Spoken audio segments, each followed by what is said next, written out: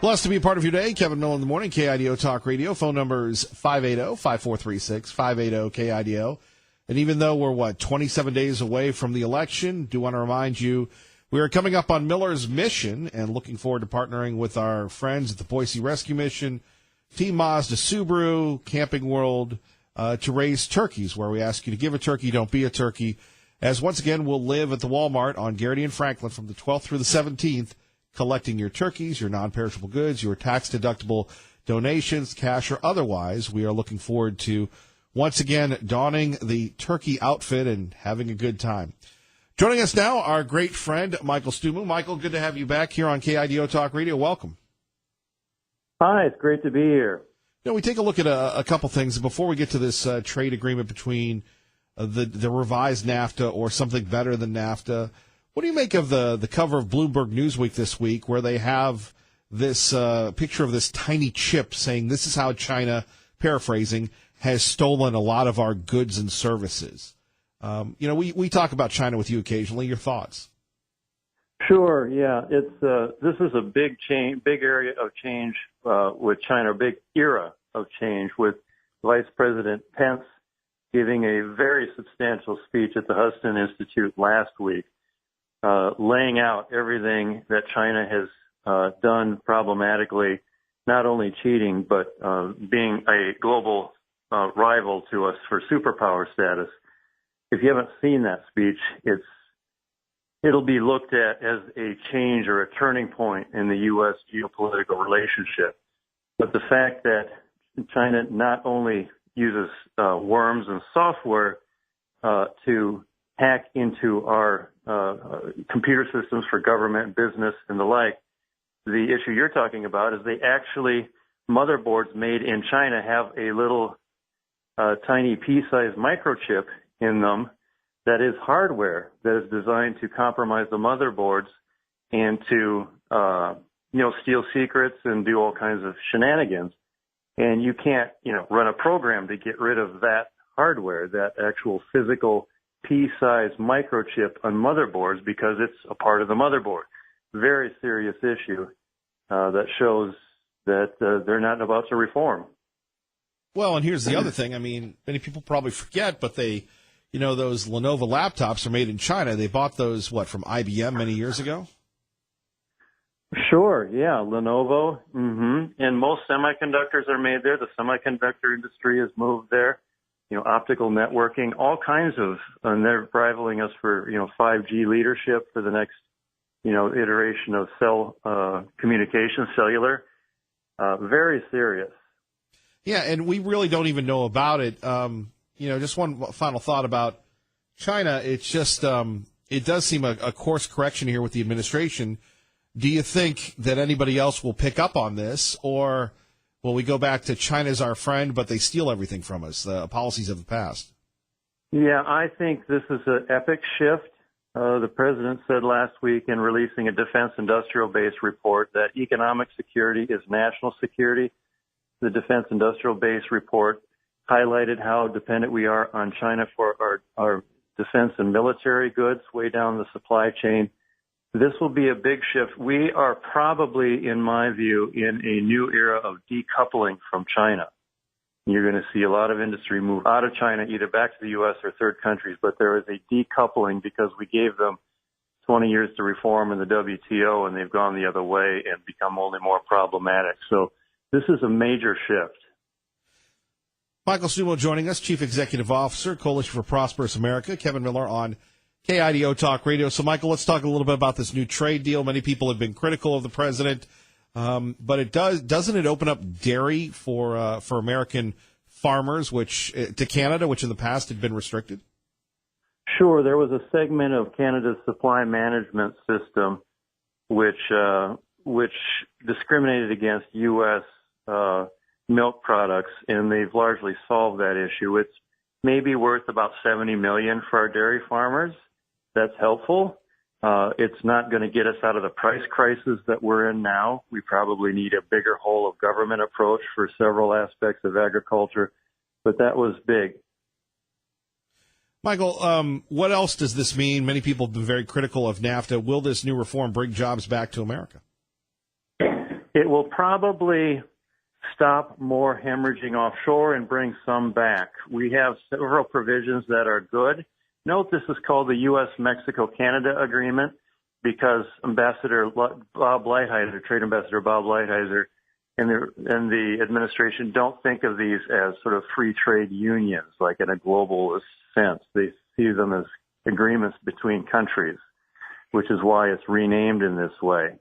But there are rules of origin, meaning what are the rules to consider a product of the region or of the country, and so it gets favorable tariff treatment. And they've upped it in autos and machinery, chemicals, textiles, up the amount that needs to be produced in region. For example, autos from 62% to 75%, which means only 25% can come from third countries like China. There's also a rule. Go ahead. And that would be either the U.S., Mexico, or Canada, right? Correct. But there's another interesting innovation that 40 to 45% of the labor content of autos must be made with $16 an hour or more labor.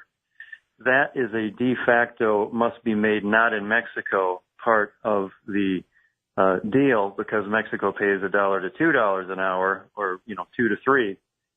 They're not going up to 16, so it's a de facto, you can't make all the cars in Mexico. So that halts the offshoring there. Interestingly, there's also another provision that says Mexico and Canada need to notify the U.S. if they start negotiating a trade deal with a non-market economy like China. So they're actually starting to, and that we get a chance to pull out of the agreement if they sign a trade agreement with China. So we're actually starting a China containment strategy through our trade agreements, which is quite intriguing. Where do you see this going as far as, will it continue to help the economy?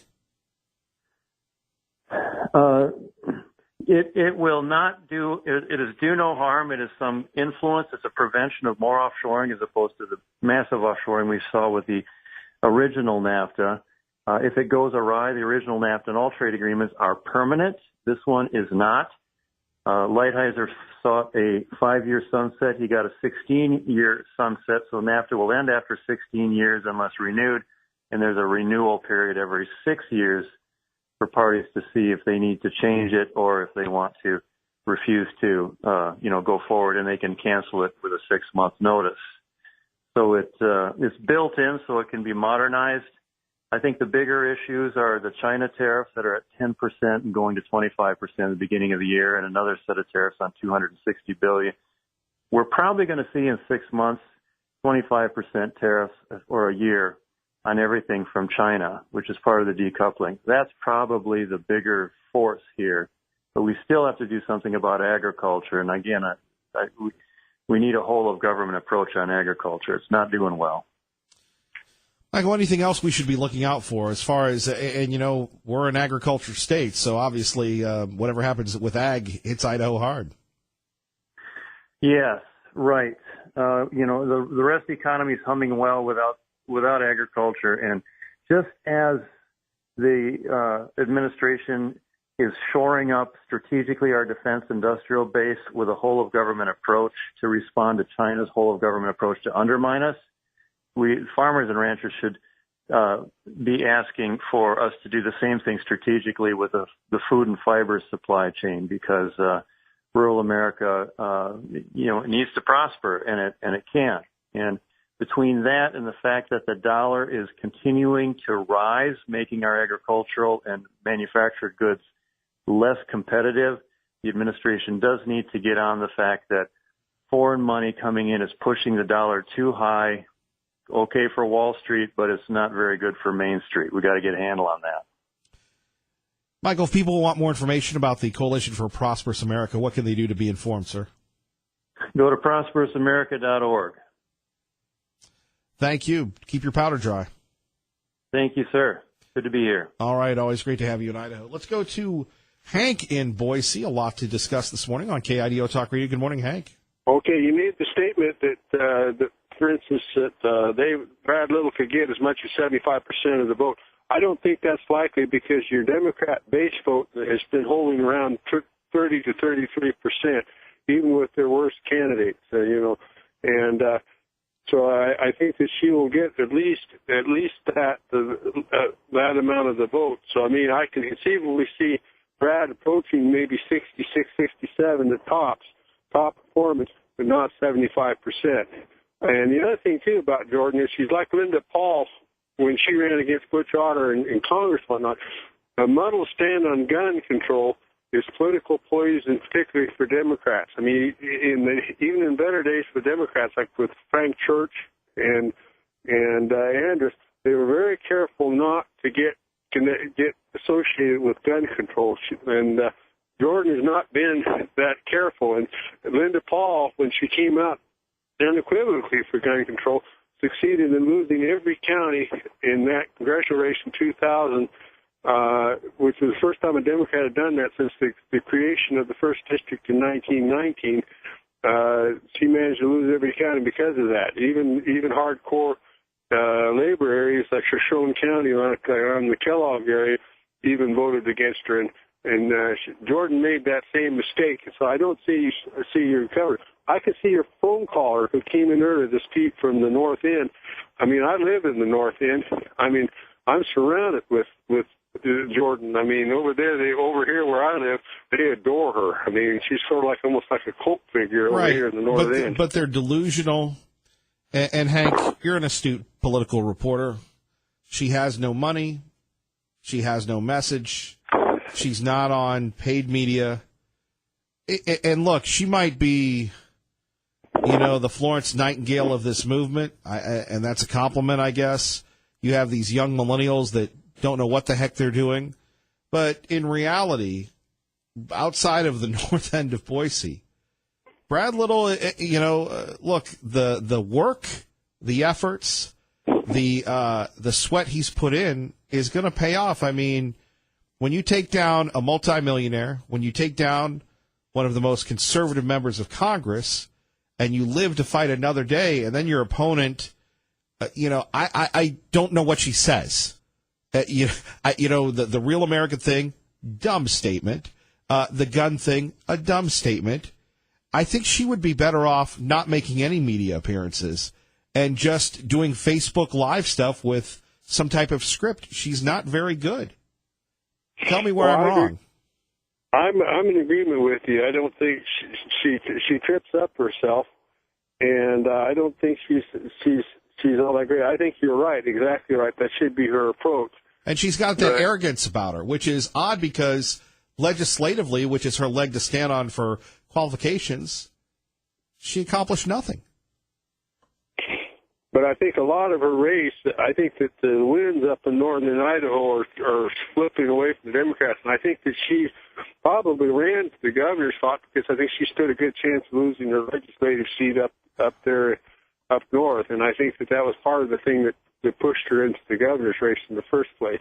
But I essentially agree with you. I mean, whether or not, I mean, I'm not a Brad Little fan, but I will agree with you. He's a hard campaigner in his work, and he's got a lot of tie-ins. I mean, if anybody has a collection of personal friends across the state, especially in rural Idaho, it's Brad Little.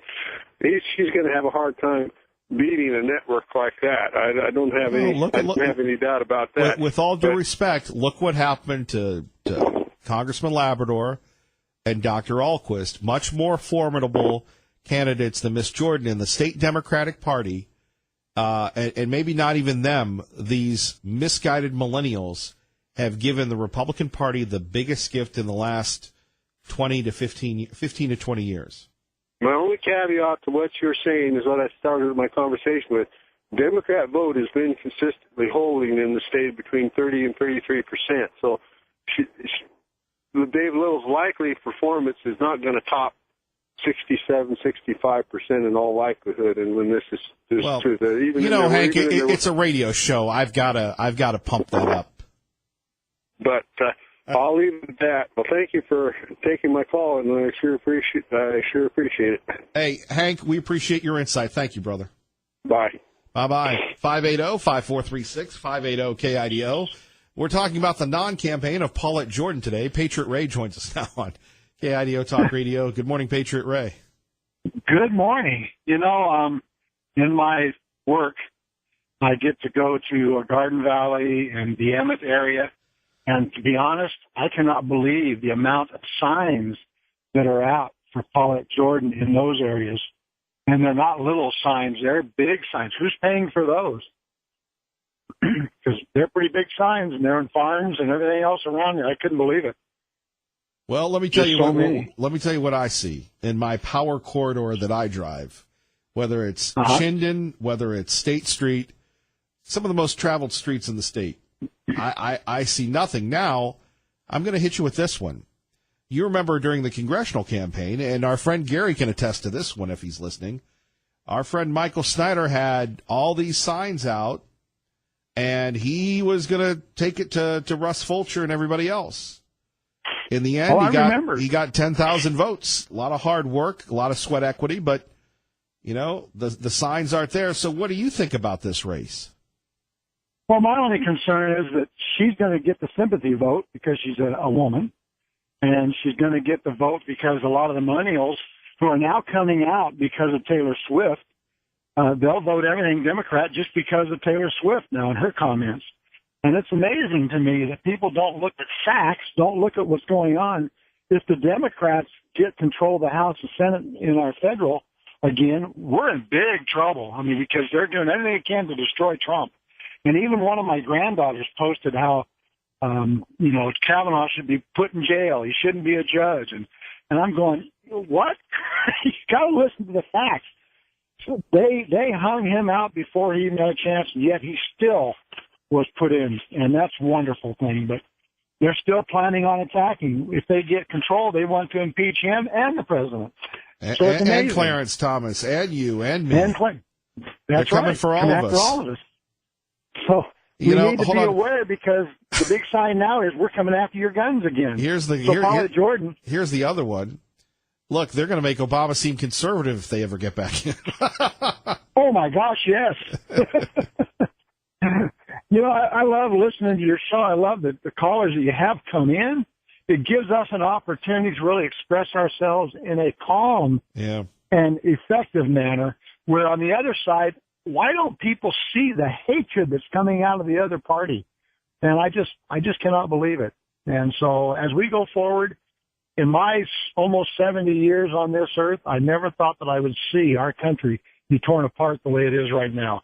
We're heading for another civil war, the way they are treating things, and the way they just de facto say that they're the ones who are trying to be level-headed and calm, when they're the ones that are screaming and demanding that people be killed, or demanding people to be talked to when they're at restaurants or out on the evening.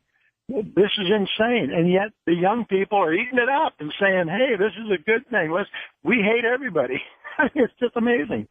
So stay fired up, my friend. I know that irritates liberal Steve, which I like. And we just keep going forward. But, hey, thank you so much for my time here on the air. God bless you, Patriot Ray. Take care. God bless you. Have a great day. Bye. All right, bye-bye. More of your calls next. And emotions were on high last week at Boise City Hall as 100 people get mad and yell at people and rip up a Trump sign and blah, blah, blah. Channel 7 was there to cover it. We'll talk about it next. Kevin Miller, KIDO Talk Radio. And we're going to squeeze Daniel in Marsing in right now on KIDO Talk Radio with Kevin Miller. Good morning, Daniel. How's it going, Kevin? How are you, brother? I'm doing pretty good.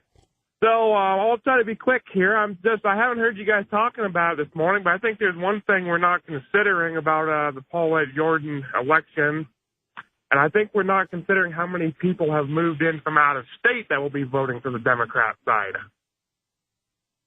Okay, please continue.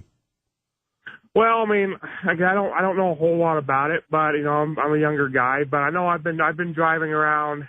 I drive around the state quite a bit for work, and not just in the Idaho, or not just in the Boise area, but in other parts of the state. And I've seen, several vehicles, with out-of-state plates that have stickers, supporting her, or yard signs. And then, there'll be vehicles in the driveways with out-of-state license plates. Well, what a kick in the pants for all of us that you have somebody who moves to the state. Maybe they buy a home, maybe they don't, Daniel, and they don't have enough respect to go get license plates, but they're going to vote for a lib. Yeah, I mean, I agree with that. I'm from out of state, as well. I moved here several years ago, but I came from Alaska, so I'm on the conservative side. Sure. But it's still, it does bother me. I'm driving around. Yeah, you'll see a car. I've seen several different state license plates, but namely California. And I saw one last night on the way home from work. It was a little, Kia car, California license plate, Paulette George bumper sticker. That is just wrong. That is just wrong. And I agree with you. That's something that worries me is, so many people have moved here since the last election, but I think we're going to have a lot more Democrat votes because of that. Well, Daniel, we're going to talk about it coming up. We appreciate your call, and thank you for listening to KIDO Talk Radio, sir. Thank you, Kevin. Thank you, Daniel. Have a good night. Okay, we Bye. appreciate it. Bye-bye. He's driving around, seeing the Jordan signs with out-of-state plates. There's something un-American about that, in my opinion. More of your calls next. Dimitri Doug, Anti-Government Ryan. Please hang on. Kevin Miller, KIDO Talk Radio. Good morning, Dave. Good morning, Kevin. All right, let's roll right along quickly to Steve, Dimitri, Doug, Anti-Government Ryan. We will get to you in 2 seconds. First, Evan Brown joins us live from Florida with the latest on the big hurricane from Fox News Radio on KIDO Talk Radio. Evan, good morning. Good morning. So you guys are ready for this, or is the state of Florida really ready for anything like we've seen with Michael? Well, Michael is certainly a catastrophic storm, and the state of Florida has a terrific set of readiness protocols. Will it be enough? I don't know. This is something that hasn't tested it to this degree for such a long time. Michael is an extremely dangerous storm, very well organized, and very powerful.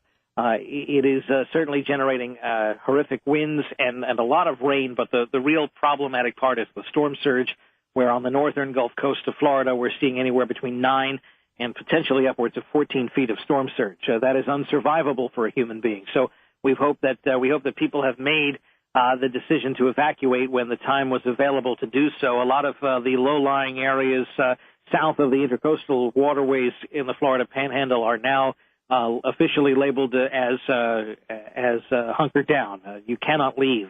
There's no way to escape at this point. The winds and the rain and the storm surge has already made travel extremely dangerous, if not impossible to do. A lot of areas still now north of the intercoastal waterways are being converted from voluntary to mandatory evacuation because it is that severe.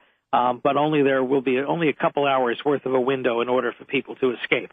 There are many areas now, like Bay County, Florida, which is Panama City, have already issued no EMS service at this point. So if you stayed behind and you now decide that you want help and you call 911, the call will be logged, but no one will respond to you. You really are on your own at this point. And that's a very dangerous place to be, and you really didn't have to do it if you listened to evacuation orders yesterday. The scarier part about this storm is, like I said, it is extremely powerful. It's also very fast-moving, which means while it won't stay over the coastline, it will progress to Georgia, specifically central Georgia, still as a hurricane, which is something we don't normally see. Normally, storms dissipate by the time they get to central Georgia.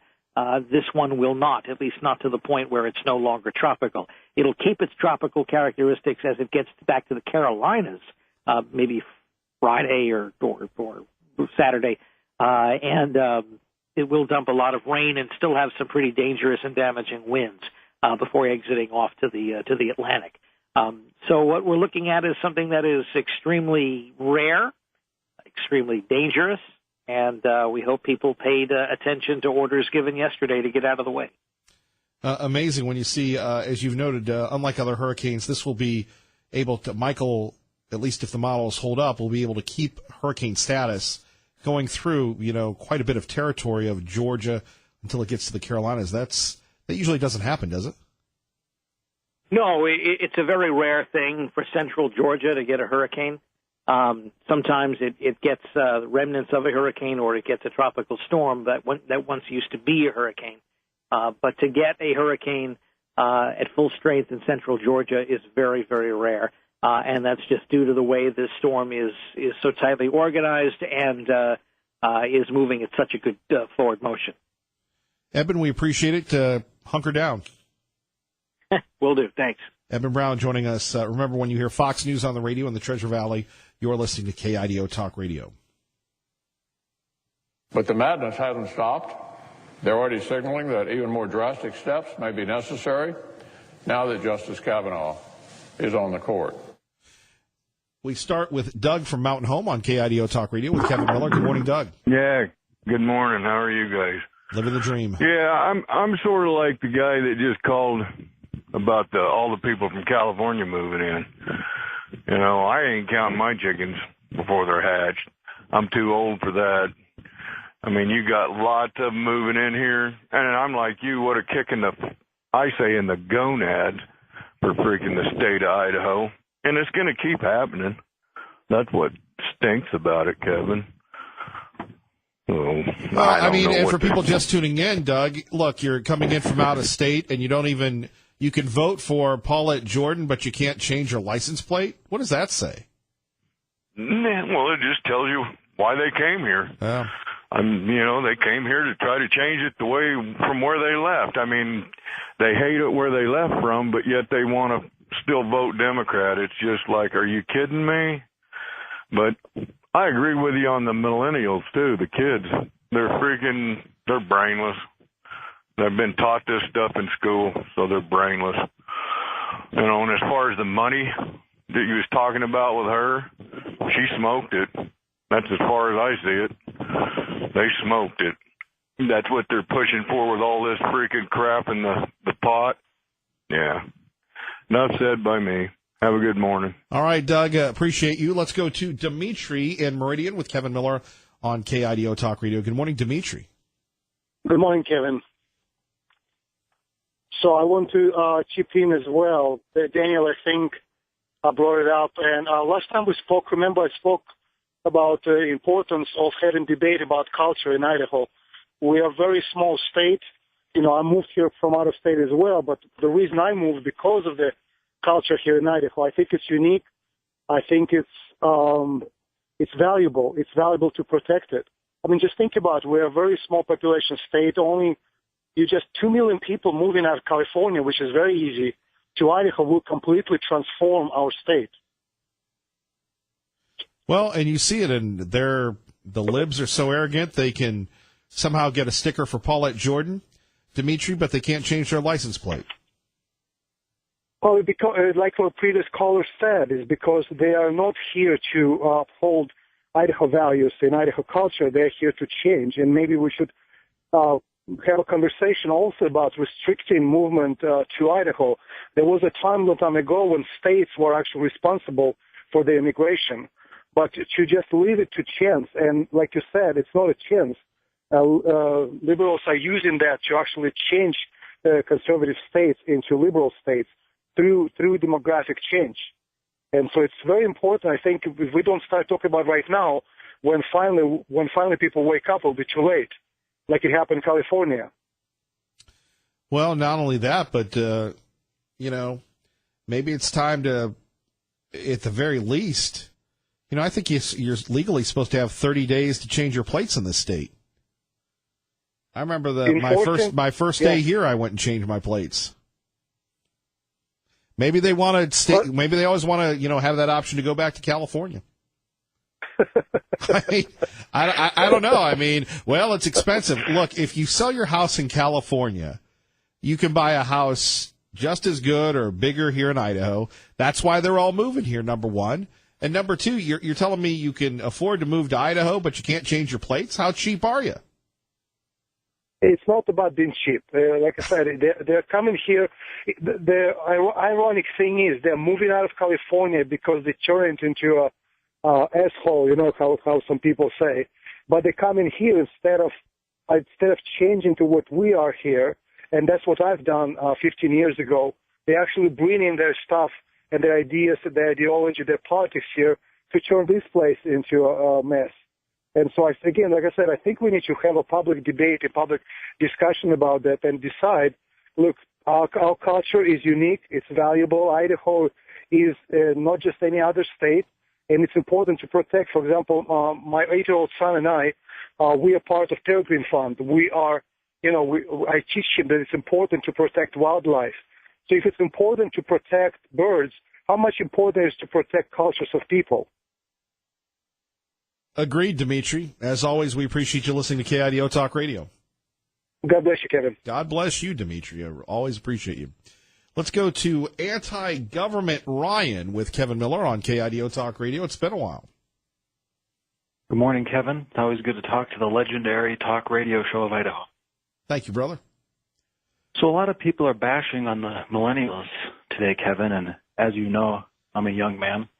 I'm actually the oldest possible millennial you can have. Okay, I was born in very early January, and so I'm a millennial. So let me speak to my fellow millennials for a moment here. It's not so much that my generation is brain dead, as some of your callers have said. It basically comes down to critical thinking and how critical thinking isn't taught by parents anymore, isn't taught by school systems at all. It's just study and memorize things for a test and then forget it all the next day. It's, just cram for the test, just memorize. And there's no critical thinking. There's no evaluating things on your own. So you have young people that look up to actors, actresses, movie people, singers, performers, and these people are grossly unqualified to have any kind of a political view for the population. They can have their own personal view, but what they say means nothing. Tom Cruise, these kind of people, Snoop Dogg, So these kind of people, when you can't critically think and you say, ooh, this celebrity says something, I'll agree with them, I'll go with them. And of course, as we know, 95% of them are liberal, and they're always outspoken. The people on the conservative side never are outspoken because then you don't work in Hollywood. You don't work. Your albums don't sell as well. So it's kind of an unfortunate situation. But so for all the people bashing on the millennials, there are people that critically think, but there's also a lot of old people that don't critically think either. There's plenty of people that are 50 years old that just drink the liberal Kool-Aid and that kind of stuff, Kevin. And one more point, Kevin, on the Hillary Clinton comments about being uncivil and stuff. I mean, I can't even imagine a more shameful thing for a person of her profile, very high Democratic person to say. I mean, how disgusting and reprehensible of a thing for a person to say. I mean, could you imagine if a conservative voice said this? They would absolutely be crucified in all forms of media. Just an absolute disgusting disgrace, Kevin. Anti-government Ryan, you are correct. Thank you, sir. God bless you, Kevin. God bless your listeners. God bless you, my brother. Take care. Take care. All right, more phone calls. Let's go to Steve and Weezer with Kevin Miller on KIDO Talk Radio. Good morning, Steve. How you doing? I guess I resemble that remark to a degree. I've still got, with a total of 4 cars, I've been switching my plates over here to Idaho. And coming from Seattle, I understand exactly what a lot of these guys are saying because I watched it happen in Colorado and then watched it happen in Seattle. But my plan for years has been to move over here because my vote actually counts for something here versus over in Seattle, which is nothing but a nut bin. And your vote counts for absolutely nothing. So in my case, it's more of a come here to hold the line. And it sure as heck isn't to vote for anything resembling a Democrat. You're getting a lot of folks, a lot of these folks that you're seeing coming in from California, especially the ones who are moving a little bit further out, are a lot of retired law enforcement guys from down in California. I probably know maybe 3 or 4 law enforcement guys down in California that aren't moving to Idaho when they're retiring. And those guys are definitely not Kool-Aid drinkers. So there's, some of the folks that are moving up are not here to cause problems and bring their own way of doing things, from the psycho zones that they came from. Well, thank you for coming to Idaho, brother. We appreciate you, Steve. Well, got to hold the line someplace. They had to. Sometimes you got to live by the big cities in order to make a living. So I had to do 30 years in Seattle. And I've had enough of the nut farms. So, fortunately, Weezer, all the folks here have been really fantastic. Love the area. I'm still running back and forth with one of my other 3 cars. So that's why I still got a car with a Washington plate on it. So I'll get rid of it, though. I promise. I'll do it soon. Thank you, Steve. Take care. All right. Take care. Bye. Bye-bye. We go to Greg, who's an educator. Greg, good morning. You're on KIDO Talk Radio. Good morning, sir. Hello there. Can you hear me? I can hear you, brother. Okay. I just want to share some perspective. I've been a public school teacher for about 15 years, and my wife also had a long career in public education. She was a high school teacher. So in the beginning, we both were of the persuasion that, well, it's a no-brainer. We'll send our kids to the schools that we work in. And I came from a very blue state, and it took me a very long time of working very hard to get out of there. And I came to Idaho for the culture that we have here. But to support my family, I still teach in public schools. I want to share a little bit of perspective that I think a lot of Idahoans don't realize. And my perspective changed over a period of years of seeing the politics in education, seeing how powerful the unions are, and seeing firsthand the degree of social engineering that's going on. And I think people that are not involved in education don't see that. But it's on a grand scale. I mean, you have very, very powerful unions that are changing the politics of whole states. And then in education, you have when I came here to Idaho, I was shocked to see what was happening, because I came here thinking, well, this is the red state. This is this is the best state of the union left. I researched extensively on every state and looked at the demographics and everything about it before I determined that we're going to come to Idaho. And what I saw in starting out as a substitute teacher out here and going from school to school and district to district was that a lot of parents are not engaged and involved. They don't realize what their kids are being taught, and they're not involved. They don't come into the classroom and volunteer and participate. They don't see what's happening. And I can tell you from firsthand experience that, you know, you may have good standards in the state standards, and the textbooks may, especially in history, you think, oh, well, this is a good textbook.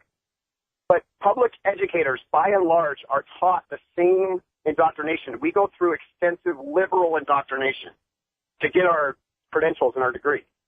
And that's what's taught. The teachers here, when I got here, I was very shocked to find out that they bring extracurricular stuff. If they don't have it in the books, they bring it, believe me, and your kids are being indoctrinated. And I didn't think that was going to be the case when I came here. But the other thing I see about a lot of Idahoans is, and these are people that are born and raised here that I talk to. Another thing that surprised me, it was better when I came here than I expected. There was some culture shock. We didn't expect such a friendly culture, such a vibrant culture of people that understand the importance of family and everything that goes along with that. I mean, we were actually surprised how good it was. But when I got into the schools, I saw that people don't understand how the politics is going to change the state. And there's a lot of people just not engaged. The last thing I want to say is I'm very conservative. I believe in everything the state stands for. I have a lot of colleagues that also are of the same persuasion that I am. Right. I'm going to tell you, even in the school that I work at, where there are people like myself, the kids are being heavily indoctrinated because the liberals know that the politics supports them. They know on a federal level. It doesn't matter how conservative your state is. The liberals are outspoken, and they can be, and they're supported in that by the federal laws. Greg, I need you to call back some other time when we have more time, but thank you, sir. Thank you. Thank you for listening to KIDO Talk Radio. Kevin Miller, KIDO Talk Radio. Appreciate that. Our great friend Rich there letting us know about Dave Ramsey. Hey, how about this? Don't forget Miller's Mission, November 12th through the 17th, will be once again living, that's right, living at the Walmart on Garrity and Franklin Boulevard. Come out, and we ask you to give a turkey, don't be a turkey. More details coming up. We're still rolling. Please stay with us. Kevin Miller, KIDO Talk Radio. Good morning.